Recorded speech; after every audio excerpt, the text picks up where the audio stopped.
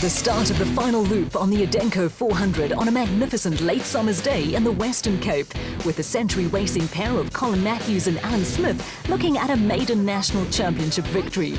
So far in the prologue and the race, the pair had hardly put a wheel wrong, and after moving ahead of Hannes Grobler and Henny ter Steege before the designated service point, it was they who now had the advantage of a dust-free road ahead. Matthews and Smith had been in winning positions before this, but had failed to drive home the final nail.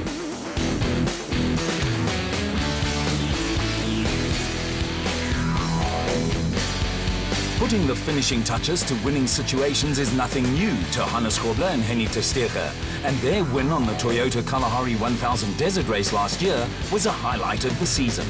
The RFS BMW pair had a glimpse of the stricken Chris Visser and Jaapie Badenhorst, who suffered prop shaft failure in the Ford Racing Ranger. As the race progressed, Grobler and ter Steege had once again proved that experience is a commodity you cannot buy over a counter. There had been a change in race order in the special vehicle category, with Nick and Ryan Harper taking the motor-white bat into second place ahead of Don Thompson and Wayne Foster in the Zarco. It had been another trademark performance from the Harpers, their first outing in motor-white colours, with the impressive Thompson and Foster hit by a broken radiator pipe. Despite a lengthy stop to change two tyres, the Baden Nissan Navara of Thomas Rundle and Jean Moore was still in second place among the production vehicles, but they had now slipped to more than 6 minutes behind Hannes Grobler and Henny ter Steege. After a typically aggressive display, Cully and Quinton Sawald had taken the elegant fuel bat into a position where challenging for a podium finish was now a distinct possibility. The Sawalds were closing in on Don Thompson and Wayne Foster, with the KZN pair now under considerable pressure. Reigning Class P champions Johan van Staden and James Rousseau had also fought their way through the field in the Atlas Copco bat, with their victory hopes scuppered by a 10-minute penalty on the prologue. The pre-event hype had been aimed at his younger brother Chris, but family honour was now in Jannie Visser's hands, as he and Joks Leroux were clinging on to a first podium finish in the Team Barberspon Toyota Hilux. Behind the Northwest crew, Marius and Yolinda Fourie were still going well in the PHB bat, and the husband and wife team have made a successful transition from regional to national championship racing. A steady pace with no frills was also paying off for former special vehicle champion Terence Marsh and George Smallberger in the Regent Racing Nissan Navara. Behind them, the Atlas Copco Toyota Hilux of Gary Berthold and Andre Vermeulen had lost time at the designated service point, and the crew were trying desperately to get back on terms with Marsh and Smallberger. With Adenco Construction Group sponsoring the event, brothers Johan and Etienne Besadenhout were trying to keep the company flag flying in the Adenco bat. They were also among the band of special vehicle crews to incur a 10-minute penalty on the prologue, and had done well to move up the pecking order. Still chasing after the Besadenhouts were Archie Rutherford and Mike Lawrenson in the Regent Racing Jimco. No prizes for guessing who this lady supported, but it wasn't her day. It was turning into a better day for Loda Brain and Rian Quaylen, who had made a brave effort to overcome their prologue penalty in the Rubicon Racing Ford Ranger. Behind them, matters weren't going as well for teammates David and Gary White, with more problems for the Rubicon bat. Christian de Ploy and Henk Janssen van Vieren were also putting on a brave showing in the RFS Toyota Hilux, with their weekend ruined by prologue problems.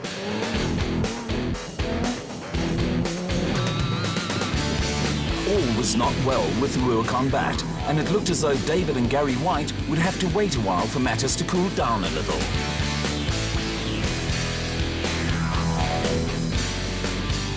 Northwest crew Malcolm Kark and Johan Berger were still running strongly, but the race had also come to a premature end for Anthony Taylor and Chris Birkin in the ailing factory Castrol Toyota Hilux.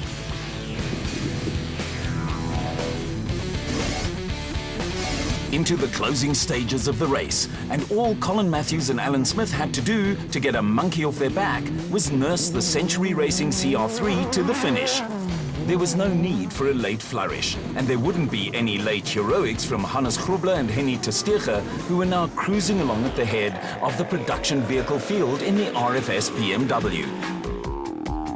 Father and son at work, and in the motor-white bat, a little error from father and son Nick and Ryan Harper, which wasn't going to hurt them. The Harpers don't have fond memories of the Adenco 400, but this time around had done just about all that was required of them in the prologue and in the race. Thomas Rundle and Jean Moore will be ruining the two punctures that ruined their chances of putting pressure on Grobler and Tersteegen, but for them, it was a more than encouraging start to the season. Cully and Quinton Sewald will also reflect on what might have been, with Johan van Staden and James Rousseau in the same boat in the new Atlas Copco bat. At the same time, the reigning Class P champions will take a lot of positives out of the race. While KZN crew Don Thompson and Wayne Foster dropped back towards the end, there was a magnificent podium finish for Yanni Visser and Yorks Leroux, while Marius and Jolinda Ferrie continued their impressive run of form. There were more positives than negatives for the solid Terence Marsh and George Smallberger in the Regent Racing Nissan Navara.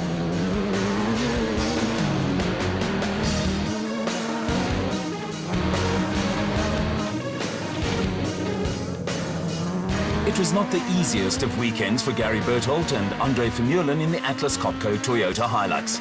They'll be happy to have salvaged important championship points, with much the same applying to the Besadenhout brothers in the Adenco bat, and the Regent Racing pair Archie Rutherford and Mike Lawrenson, who rescued disappointing prologue situations with solid, if unspectacular, race performances.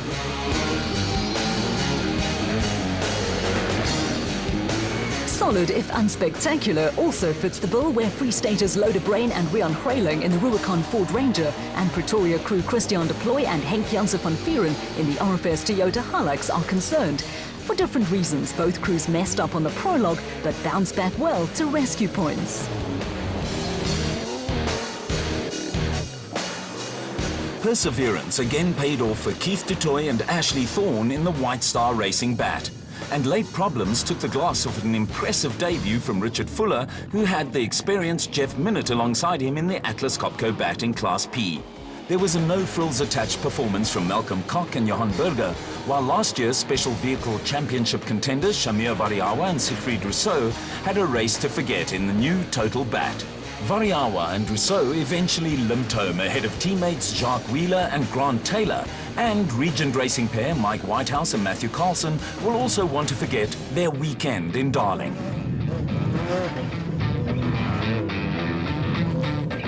There was a happier ending for Dion Venter and Ian Palmer, who completely dominated Class D in the 4x4 Mega World Toyota Hilux. Venter and Palmer finished comfortably ahead of Lance Woolridge and Ward Huxtable, who salvaged points in a worse-for-wear Ford Ranger after a roll on the prologue. Down in Class B, there was a maiden victory for Keith Macanetti and rookie Letlatsa Lahana in the Zarko, with the pair outlasting veteran Wolf-Peter Fumfai in the aging home-built WPP single-seater.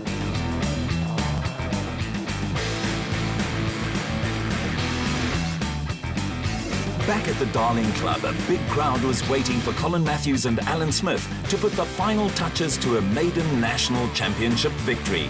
In the process, they became only the third Class P crew to win a national event overall.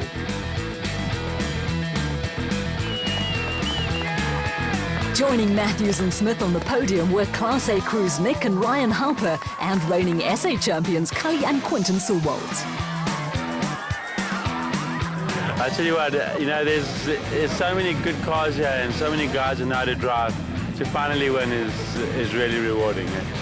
Any problems with the car? Just a clean run? Complete clean run. No hassles with the car, no punctures.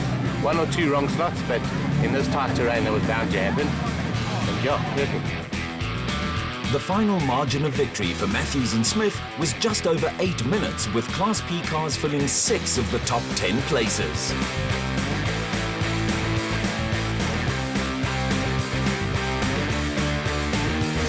Now in his 35th year of motorsport, Hannes Grobler is as competitive as ever, and along with Henny Tersteegen, a popular winner of the production vehicle category in the RFS BMW X3.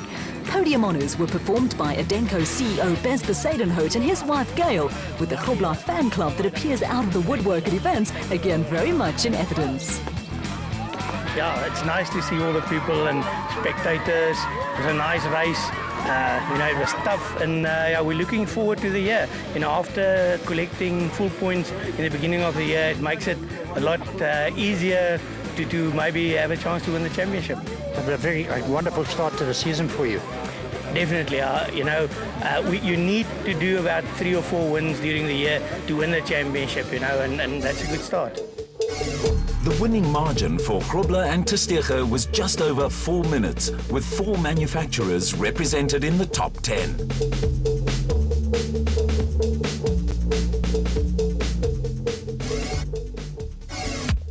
Team Castrol Toyota technicians won a race against time to get 2 new cars to Darling. It won them the ABSA Team of the Event Award and 5,000 Rand. I think the technician's always the last person to get thanked. It's always the drivers and everybody. And we're always on the other side of the stick. So that's it. Well done to all my technicians, and I'm proud of them all. The next ABSA Championship event is the Toyota Dealer 400 in Leidenburg in Mpumalanga on April the 8th and the 9th. Follow the action on Supersport 5 on April the 17th at 8 p.m.